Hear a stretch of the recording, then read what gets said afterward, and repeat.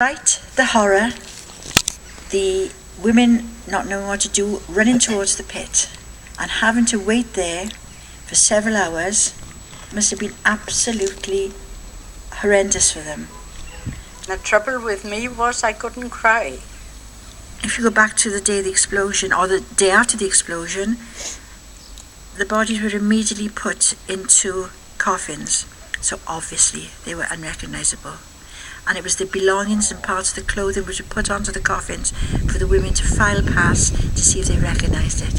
And I often wondered, did they ever have the right man? Did they ever bury the right man?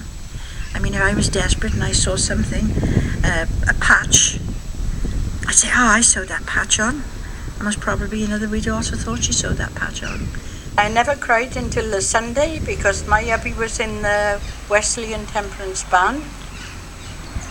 And they always went out before the service on Sunday, and that day they stopped outside our door and they played, and I gave in.